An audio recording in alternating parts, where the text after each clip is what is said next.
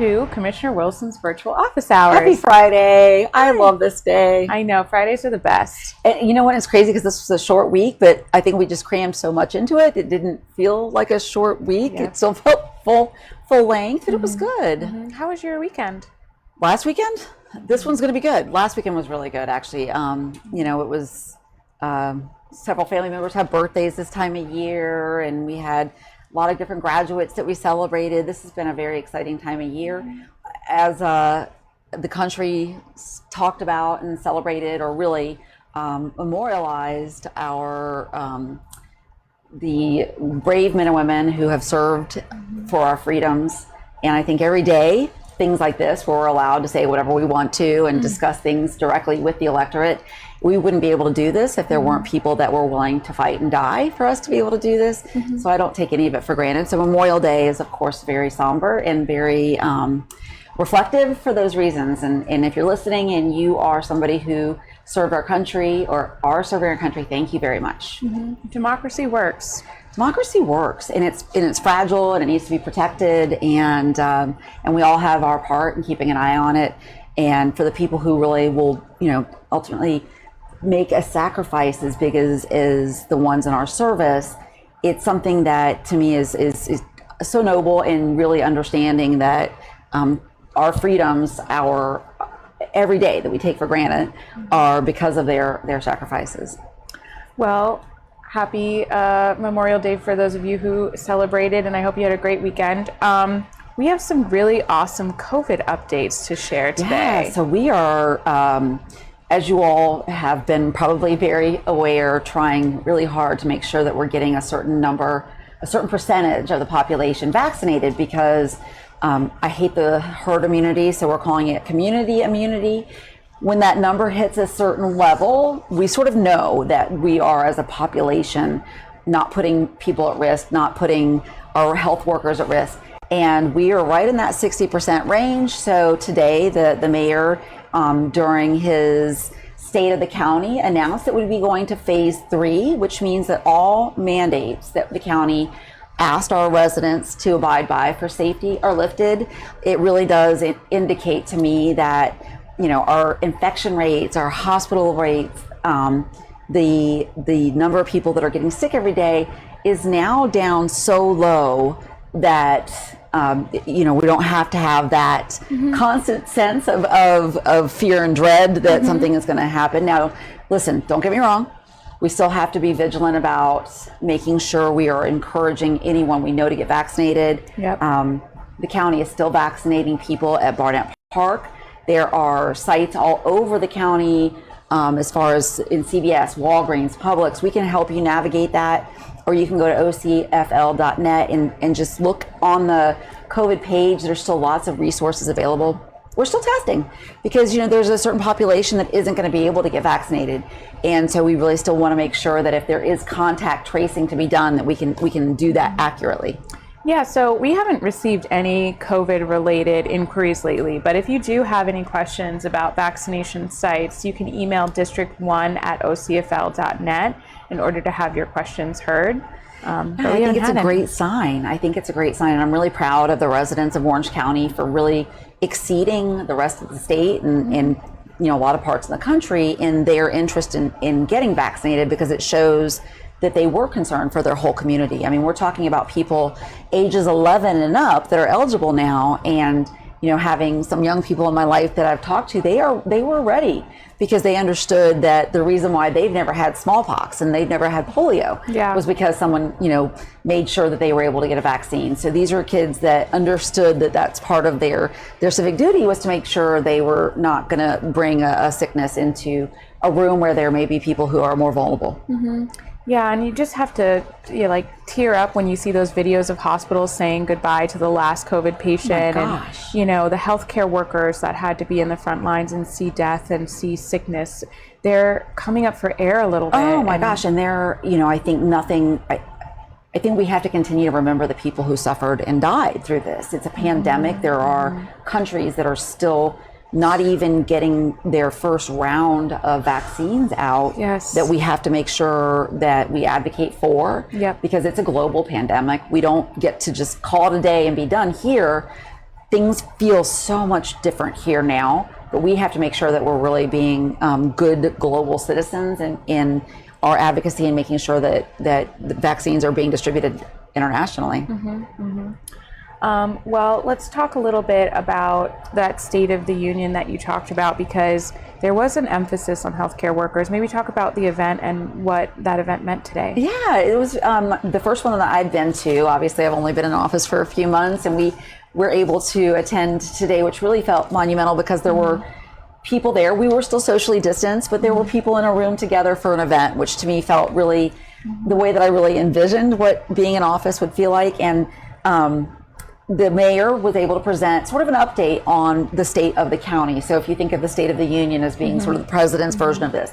Now, unlike the presidency or unlike at a federal level, the state of the county is really sponsored by some of our local interests economically, so that there can be some reassurances about the way things are going here, because it's all very tied together. So it was at the convention center, and it was a big part of the discussion was the gratitude that we feel as a government, that we feel like as civil servants and as community members in Orange County, towards our frontline workers, towards our healthcare workers, towards our firefighters and paramedics that took voluntary overtime to go out and train and then distribute vaccines to underserved communities. It was really special to really kind of give them the stage and the spotlight, and I hope that they were able to see that presentation and hear the applause that everybody was. It was a standing ovation for our frontline workers, our fire and EMTs and paramedics, and it was that gratitude will not just go away. It continues. I have tried to say every chance I get, thank you science, thank you medicine, thank you modern medicine. We're potentially wouldn't even be here having this conversation if it wasn't for the advancements. Yeah, and there was just so much that was covered during the State of the County. There was so many other opportunities to talk about kind of what has been done this past year and where we're going. Yeah, I actually printed off sort of a little summary because I thought I don't want to miss some of this, because some of it was so much. It was really a recap of some of the trials and tribulations, and then also some really optimistic signs and positive direction that we're going to be going in the future. And I think to sort of highlight it, there were talk about that we are now the most active airport in the state of Florida, and which I thought was really interesting. Third in the nation, which means that all of the businesses that go along with the airport travel will hopefully be, seeing that uptick, and that includes restaurants and hotels and the employees at the airport and the people, all the other services that go along with that type of travel. So hopefully that's a really good indicator that unbelievably $243 million of CARES Act funds went back into the hands of Orange County residents through our home-based business, small business, and individual assistance plan during kind of the worst times where businesses really couldn't operate, or if they were operating, there was a huge financial burden to do it safely.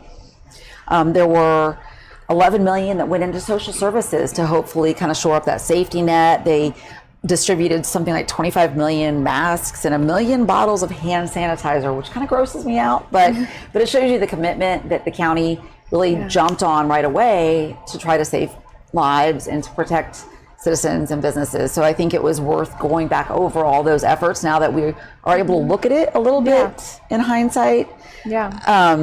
Not to mention that like almost every single person in the county, their job shifted abruptly. Right. In county organization, unbelievable to see someone's entire career change overnight to fulfill a need that we didn't know we had until we were faced with this challenge. And it really gives you some great optimism for if there are, I don't ever want to see a crisis like that again. No. But if it happens, I believe in us, and I believe in our ability to adapt and to be flexible and to really take care of our residents in a way that whatever the circumstance calls for. I think, learning a little bit about the emergency management system as an incoming commissioner in office has been fascinating. It does make me feel very alarmed that the governor doesn't think that local government has the right to do that. And, you know, just if you're watching this, know that we're going to continue to advocate for that kind of local control, because there are emergency circumstances that happen where the local government has a better understanding of what emergency is. It's in your backyard. How are they really going to handle that from Tallahassee? So that's something we're going to have to keep an eye on, the legislative, continual legislative erosion of home rule. Yeah, very interesting.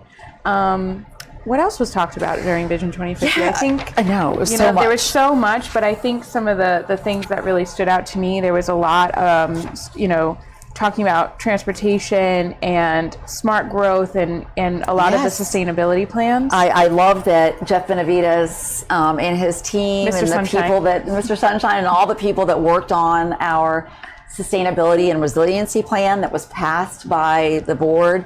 They highlighted that as a tremendous effort. The Green Place initiative that was re-upped, you know, a couple months ago, that was approved by the board and really encouraged by the board, was on the list of accomplishments for this past year. So there were some really great things. I think we have a lot of work to do. Obviously, those sustainability and resiliency goals are still goals. I can't wait till we round back and we sit here and talk about what, you know, how many of those we've checked off the list that we can't believe it had taken us this long to get to.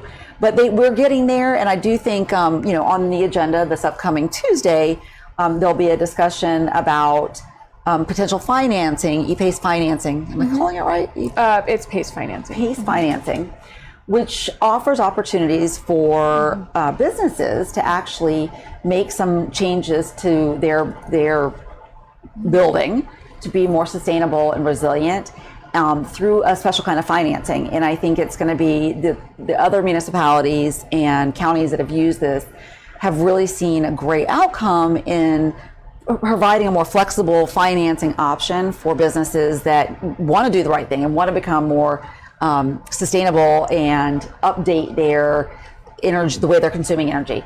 It's very difficult to get the type of business type funding that a business needs in our banking system and in our loan system right now that would be a good fit to this.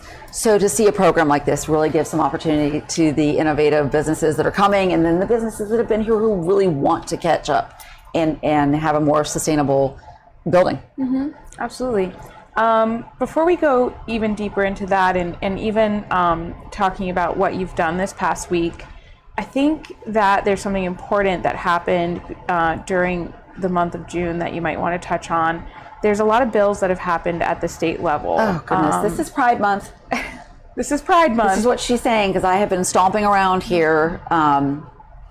I want to really be clear about this. If you are a member of the LGBTQ plus community, if you are a trans youth, a trans adult, if you are a non-binary human, you are loved, you are valued, you have worth, and I will fight for you. And I mean that today, I mean that yesterday, last week, 2 weeks ago, and 17 years from now.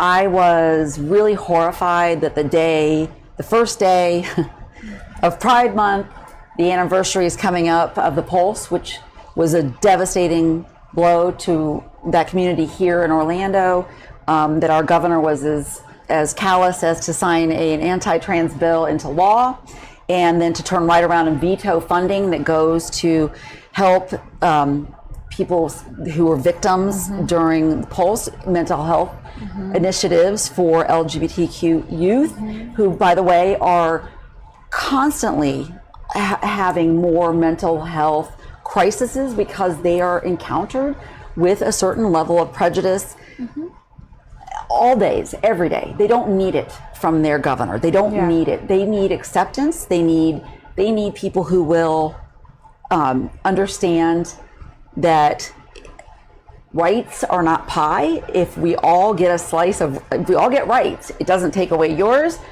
I don't understand why there is an animosity or a prejudice that seems to be pervasive right now in this community, other than a fight for control of some kind. But as somebody who has watched the unfolding this week of what I feel like was a very visible slap in the face of a strong, vibrant community here in Central Florida and all over the state of Florida. I just want you to know that I, as an elected leader, will have your back. I know that I don't have the muscle as the governor does, but any opportunity I have to make sure that we're fulfilling our obligation to protect your rights and to protect the things that you value in life, we're going to take that. Mm-hmm. Yeah, there's always space on this couch for you. Always. This is your home. Always. And I think we're, going to find more and more opportunities, hopefully, to utilize what controls we do have in local government and what voices we can elevate. I know that, I was sort of smacked down when I came into office and wanting to try to add protections for our vulnerable youth in the LGBTQ population. I really feel like we are missing opportunities oftentimes in the mental health world for, the people at the highest risk. And, I will continue to advocate even with understanding that we could be preempted or we could have pushback from the state, because it's worth it. It's worth it. The idea of anyone suffering, the idea of any young person thinking that they weren't born just perfect the way they were is outrageous to me. And I think if you are being treated differently for who you love or who you are, then we're not doing a good job protecting you. And that's on me, and we'll keep fighting for that. Absolutely. Thank you so much for saying that. It makes my, just. Yeah. This is not the time. This is not. No. There's never a time. And if you drive by our office, the administration building has the beautiful flag out there, which I loved on the very first day of Pride Month. The symbolism of that we are one voice here in support. Yeah. Well, let's go through some things that happened this week. You had a really exciting, kind of long, but exciting Vision 2050 workshop with the rest of the board, which I thought was, really, it was a deep dive in what's to come. Yeah, Vision 2050 is the update that we're doing right now with the participation of all the elected leaders in Orange County, citizens, neighborhood groups, anybody that wants to participate. It will update ultimately Orange Code and our comprehensive plan. You all have probably heard me talk ad nauseum about how the comprehensive plan that we're currently utilizing for planning leaves a lot of unanswered questions and some really inconsistent policy and uses. So what this week's really board meeting was for, so the entire Board of County Commissioners and the mayor, we were able to hear from the various people in planning about what they've acquired in their research so far about our comprehensive plan and our Orange Code and where it looks like we're going from here. And they really wanted feedback from us. I spent a lot of my time giving them the feedback I've heard from you, because I think that people in District 1 have been really plugged in and very clear, even if it hasn't necessarily been during our Vision 2050 process, it's been during other times. And a lot of the things that they've said, clearly we are really trying to protect our rural areas, our ag areas, or those uses that are increasingly being encroached upon by suburban uses or urban sprawl. I still, to this day, and I've asked it a million times, don't understand why we have an urban boundary that doesn't really designate anything as an urban boundary other than utilities usage. Yeah. Really past that urban boundary was supposed to have been a very different use of land. And as you all know, in Horizon West, of course, they have a different comprehensive plan. Entitlements were put in place 20 some odd years ago. And it's very close to the rural settlements that are increasingly worried about where those lines are going to end. So I took the opportunity to express again, giving those rural settlements space to breathe, space to make sure that they are not being boxed in, Yep. and trying to understand why we would be building the way we are and the densities we are when we have plenty of places that we can infill and get the same use, the same, we really need housing, right? There's a shortage of housing. And so I don't want anyone who's listening to this think that I'm against housing or affordable housing or a good inventory of housing at all levels. But I think we need to really look at our vertical growth. And it was one of my questions because they presented that there were 19,000 acres left of undeveloped land. And I said, are you just counting horizontal? Because really we can go up. And if you look in areas that can utilize public transit the easiest, that can utilize good zoning for services, for their retail, for their school, for their employers, those things all fit very well with that vertical population density. And put in the right places, you get the right ridership that you would need for transit that is something besides your own car, and you would get the right amount of consumers to be able to put in some good retail options. But it requires going, having a really kind of creative thinking about high density going up instead of out, and that raw acres shouldn't be the only undevelopable or developable property we're looking at. So that infill component is really going to be something we have to just continue to explain and talk about and encourage and try to figure out how to put language in that actually does a good job of incentivizing. Yeah, because 19,000 acres of undeveloped and soon to be developed land sounds like so little when you look at the scope of the county. That's my point. And so when it comes down to like revenue generation, right? What is the highest amount of profit they can make on that parcel, right? When you look at infill, how can you connect the dots? It sounds like it's either punish people for converting that raw, beautiful resource of the last bits of parcels, or incentivize infill. But and to me, that carrot stick thing, I believe a carrot always gets us further. Because if we're able to give breaks on impact fees, if we're able to say, that the permitting process for an infill project will go faster, whatever it is, right? Whatever it is that is cumbersome in the development process of infill right now is where we need to hone in, because there's a reason that developers go to the raw land. It's easier to get that development done. Yep. And so at this point we know what is left is very expensive. We have our real estate market is booming. Property values are continuing to go up. So I think it's really an ideal time to look at those infill opportunities. And it really crisscrosses over so many of the other goals that we've already put into place. So, clearly we talked about the sustainability and resiliency goals that we have. But we also have recently voted, a certain amount of funding and commitment to the Citizen Safety Task Force and their recommendations with gun violence and street violence. And one of the things that they really looked at was making sure that we are utilizing infill opportunities, because we all know that some of the worst violence happens in communities that have been decimated by suburban flight, right? This idea that you've got abandoned old strip malls, and you've got, potentially houses that their value has gone down because something changed in that zoning, because all the resources went out to the furthest edges of the county. And so, if you look at it as being something so much more global than just developable acres, and you look at it as really, all of the commitments we're making as a county, which includes, making sure that we're keeping, whatever areas that look like they're going to be potential hotspots for crime safe,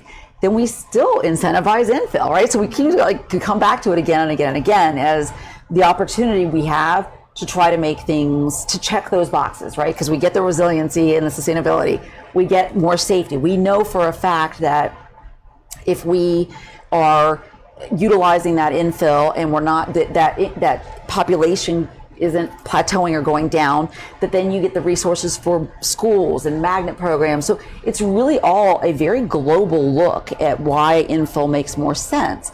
Now, I think we have to be sensitive to gentrification and the idea of making sure that if we are increasing property values in an area that right now is considered very affordable, that we're not pushing the people who really need it the most out of those areas. And that's a balance, but that's something that's in our court right now. We have a great opportunity updating the comprehensive plan and the Orange Code to try to put in very express terms how to achieve the infill and incentivize it in a way that will make a real difference in preserving not just the rural communities, but also our urban communities. Absolutely. That was very well said. I'm curious to hear your thoughts on, is there any way that we here from the county can have a deeper dialogue with some of these developers about the design of the properties that they're trying to get done? Because I'm still seeing those strip malls, brand new strip malls in the outskirts of certain areas, right? And then I'm still seeing large parking lots when I've seen, maybe I can count less than 3 of those parking lots that are the smart ones that are 3 or 4 stories, and they have the green lights that show you when a spot is available. I love those. And love those. It's like, why are we not going in that direction more? And can we incentivize better designs? Well, I think what we are challenged with, at least in this office, is we just got here. Yeah. And because the process is long, some of the things where the bricks are going in right now were approved years ago. We do have a great dialogue going with some of the developers out in West Orange County who have taken on an additional expense to do things like the low impact development or drainage in the Hamlin area, which I feel like could be a model for how to make sure we're not gobbling up those raw acres for a drainage pond. And I think giving developers the opportunity to be good neighbors and to understand what the community is looking for is a win. So any chance that we get, right, to have that conversation, we're trying to do it. It's just really hard to go back to the ones where everything's in place and it's rolling. And I think, expressing to the community where my heart is as far as trying to get these things done, I want them to know that every time there's an opportunity for me to say, residents have expressed a concern about this, can we do this? Can we come to the table and look at this? I'm going to take every one of those opportunities. I just have my hands really tied on the things that were completely voted on and done and in the hopper. And I know that, right now in Gotha, there's some development that's going on that was decided in 2015. Yeah. I think the community, to some extent, there was either miscommunication or misinterpretation or some misrepresentation. I'm not sure, I wasn't there, but it was so far done by the time I got here that my only opportunity was really trying to connect the current builder with the current residents in the hopes that they can dialogue and get the best from that situation. Yeah, I guess this is a good segue into what's coming down the line at the BCC on Tuesday. You talked about the PACE financing, and there's also a solar co-op that's going in. It sounds like there's green initiatives that can be incentivized through programs. There are, and I think this is how we're going to get there, is making sure, because money. The mayor said something today that I thought was really funny. He said, a lot of people, and you think about politics and how polarized we are right now, and he said, a lot of people don't see in red or blue, they see green. Yeah. And me, I'm such a tree hugger. I'm like, yay, they see green. But what he meant was they see dollars and cents. Yeah. Doesn't matter, because if we get the green, tree hugger green, because it makes more dollars and cents, and that's a win for everybody. And that's what some of these programs that the sustainability chiefs bringing on and really getting the word out. This is going to be a discussion on Tuesday, and we'll have more information at the next meeting about that PACE financing. But really what it is it's an opportunity for business owners to get their buildings into a much more sustainable place, which is a value to them, right? So you're talking about saving money, in energy, you're talking about saving potentially your carbon footprint, you're talking about, without it being a struggle to go through the normal financing mechanisms that business owners have to struggle with. This is where I wish and hope that all the environmentalists or just day-to-day people that want to see more programs like this come to the BCC and make a comment. I got some letters. I support blank, and just, not saying that these voters, the ones that come out and talk about the mask mandate and how bad, they're defending their right to speak, and they have every right to speak. But we want you to come out and show your support for programs like this and speak at the BCC. It really does make a difference. It does make a difference. And I think that today, hearing some of the things that the mayor spoke about that I would have said maybe 3 years ago wasn't something as readily discussed, has come from a lot of that advocacy and talking about, you know, green initiatives and sustainability. And I know that there's so much work that goes into those plans and programs from the sustainability people here, but it also takes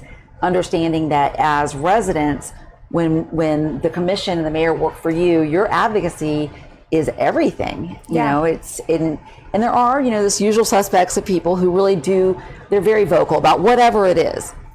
But sometimes it's very impactful when it's not the usual suspects, when it's just something that you are, you know, that you care about, and you have not, you know, necessarily sat on a board, or you're not an expert, but you're a resident, you have children that you want to see grow up somewhere that you know, climate hasn't destroyed, that you want the, you know, the same plants and animals on the planet that you grew up with. And sometimes hearing that from different voices is just a huge component of decision making.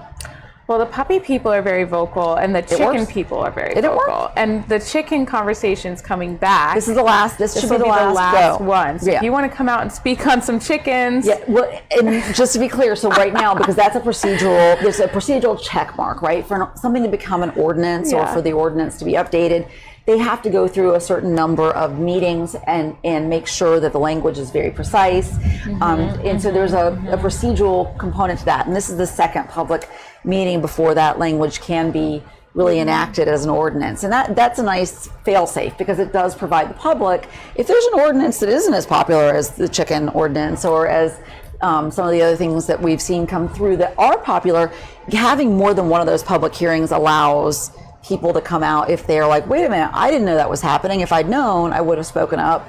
Yep. So yeah, just stay plugged in. We will let you know if there's anything that looks, well, we'll let you know even if it doesn't look interesting, because I think sometimes the things that are not as interesting on the surface end up being really great resources or value to the community.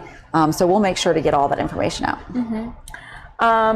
Also, they're going to talk a little bit about solar co-ops.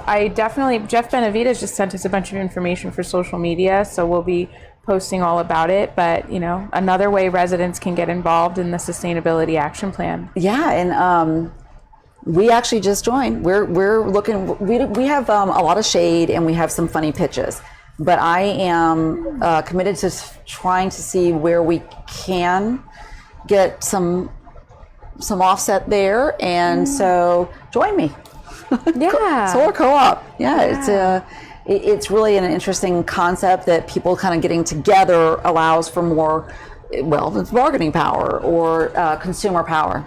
You know, I have to just throw this comment in there. So Eugene, our friend, he has solar, and he pulled up an app on his phone where he literally can see his usage rates from year to year all on one pie graph. It was actually not a pie graph, it was a line graph, but whatever. And he was able to actually, you know, kind of challenge himself and have a relationship with his utility, you know, whereas it's so passive from so many people. He's running his own little utility business there, right? And he's able to like challenge himself to have zero, you know, consumption over the amount that he's able to net. And I just find that so fascinating that he's an engineer, but an average person can actually have that kind of ability to see that process. And the goal, I mean, much like the chicken ordinance and some of these other things, the goal is really the idea that as someone who lives in the Sunshine State, you should be able to harness some of that sunshine and create your own little energy plant, right? Like the idea of having something that doesn't rely on a coal blasting plant 100 miles away is very exciting. And you know, ultimately, when you think about how things are changing, the more they are sort of coming full circle in this idea of self-sustainability. And during the pandemic, there was this resurgence of people really wanting to be able to feed themselves, you know, growing their own fruits and vegetables, growing their own, you know, having chickens for eggs, being able to understand where all that comes from, and then, you know, providing their own power. And that, you know, that's the idea that's a very American thought, right? This kind of a self-sustainability.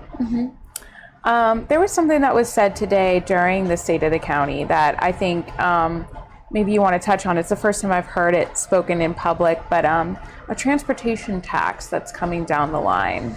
Yeah, so if you all have been in the county and engaged, you remember this was something that was discussed prior to COVID, prior to the last election season, as an option for to really supplement what is a very thinly stretched transportation tax base. In Florida, we don't pay an income tax. We have property taxes and we have sales taxes.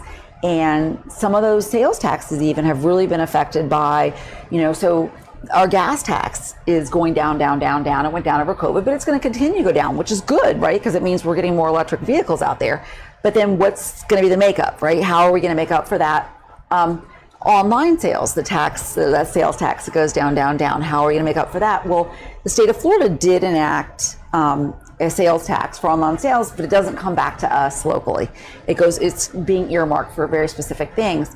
So, we have to really constantly be vigilant about how to make sure we can provide the infrastructure that we need to be a safe, and safe and cutting edge metropolitan area. I believe we will always be able to attract the best companies and students for our upper education if we have the best infrastructure. And that's going to mean not just roads and bridges, although those need some work, but it also means that multimodal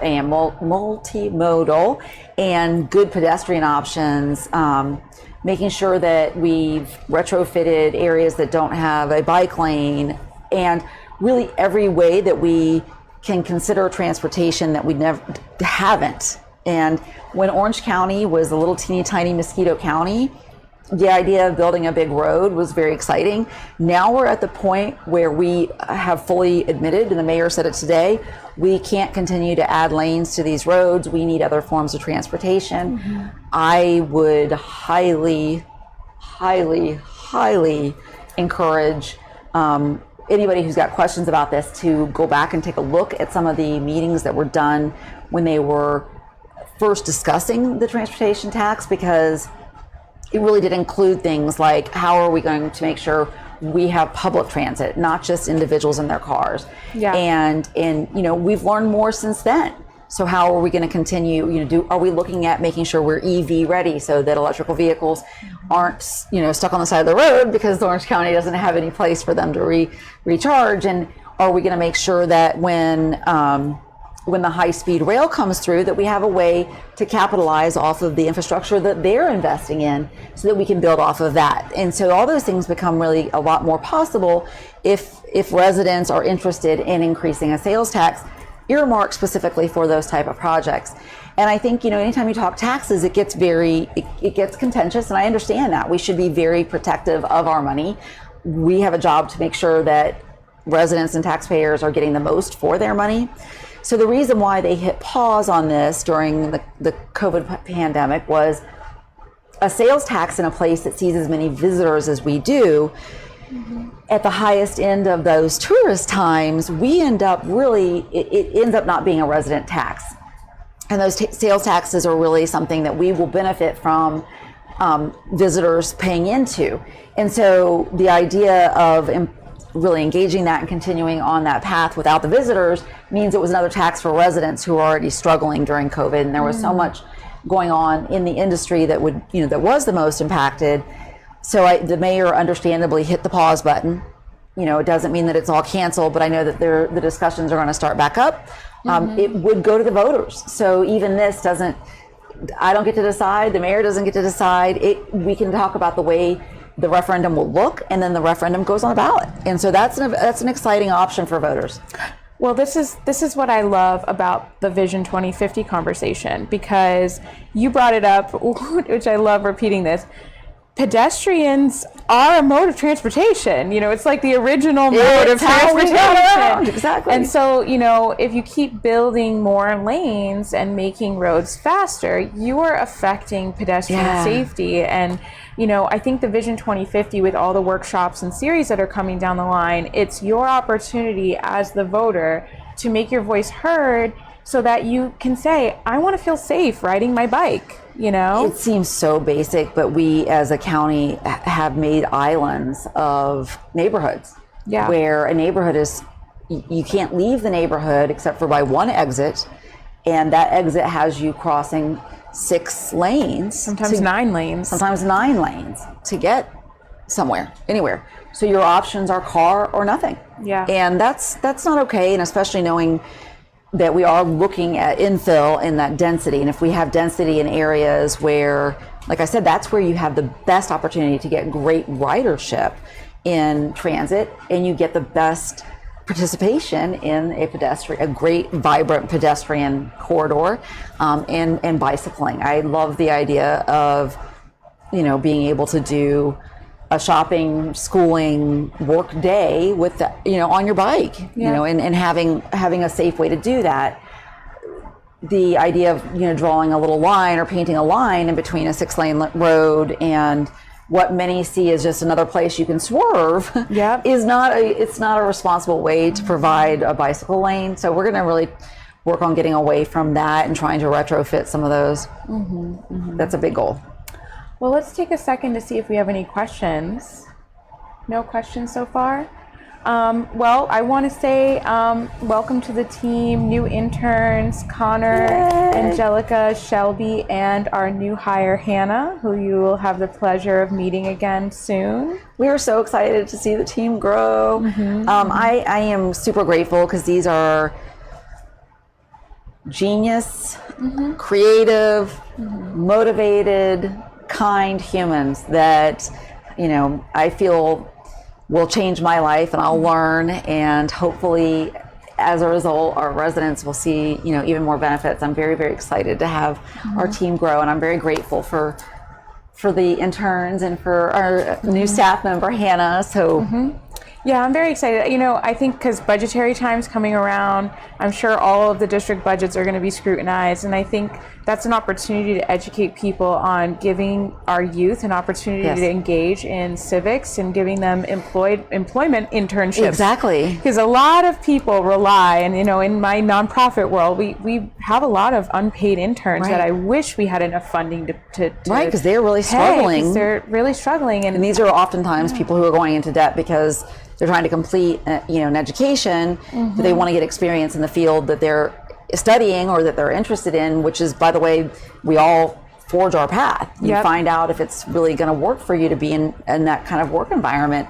And I think a paid internship to me is the right way to do it, to make sure that we can, get as much participation from the younger generation as possible, and especially in government and civics and politics, where we are going to rely on that wisdom. And I think, I'm grateful for the interns that are willing to do it for class credit or because they want the experience. I'm so grateful for that. But I agree with you. I think it's something that across the board, if we want to really impact the younger generation, we're going to have to help them figure out how to pay off that school debt so they can make any decision they want to mm-hmm. about a career. Yep. Because so many people I know had to go a certain direction to pay off the degree that they came out with, and that's hampering us in so many ways because it leaves openings in places that we really need those professionals. Mm-hmm. And I heard on NPR yesterday that mental health issues, when you actually analyze what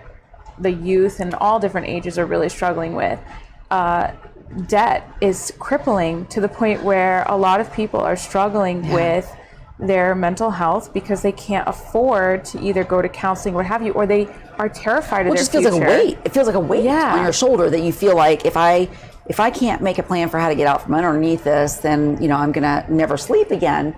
And ultimately then that becomes the issue that you think about when you go into a job interview. Yeah. When, understanding that sometimes the career of your dreams may not start at the highest end pay, mm-hmm. but that you'd make a big impact. You don't always get to make that decision nope. if you have that weight on your back. And I think there has to be some balance there. And one of those that I would hope that we start getting closer to is, I think obviously for people that are willing to go into certain types of civil service, we need to go back to making sure that we're helping them with their debt.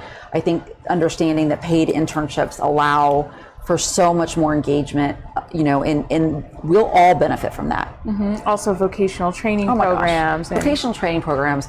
Right now, with all the graduations happening, I have to tell you that I am just very proud of, first of all these people that are finishing these programs at different levels during a pandemic.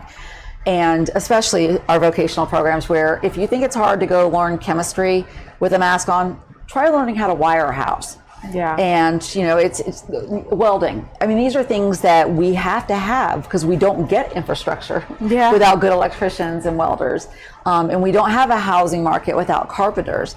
So I'm so grateful to our young people and for really all of our tradespeople across the board for being truly the structure that holds it together. And I think it's one of those things that I try really hard to brag on. Orange County's public schools has an amazing tech program, and it has a really outstanding certification programs, and they're adding more and more and more. So I've heard some really exciting ones coming next year, and so I think if you're interested in that, I can connect you with the right people, my counterparts over at the school board and in the tech programs. Awesome. Well, in closing, do you have anything planned for this weekend or any closing remarks for everybody? We are still celebrating some graduates because it's been very scattered. Some of the graduations happened in 2 waves. So we have some of that. We have a meeting tomorrow at Avalon. They actually have their big Avalon Rural Settlement meeting tomorrow, where we get to talk about what's going on in their area and anything in the planning that may be affecting them. So that'll be a great thing to put names with faces out there. And what about you? I'm just taking it easy. I'm going to go to that. It's at the Korean Presbyterian Church for the Avalon Rural Settlement. I'm going to have my house assessed for a solar co-op, opportunity to see if that works, and probably just relax. Yeah, for next you need week. it. Yeah. Yes, exactly. Well, thank you all. Thank you. Thank you all so much. Have a wonderful Have a great weekend. Bye.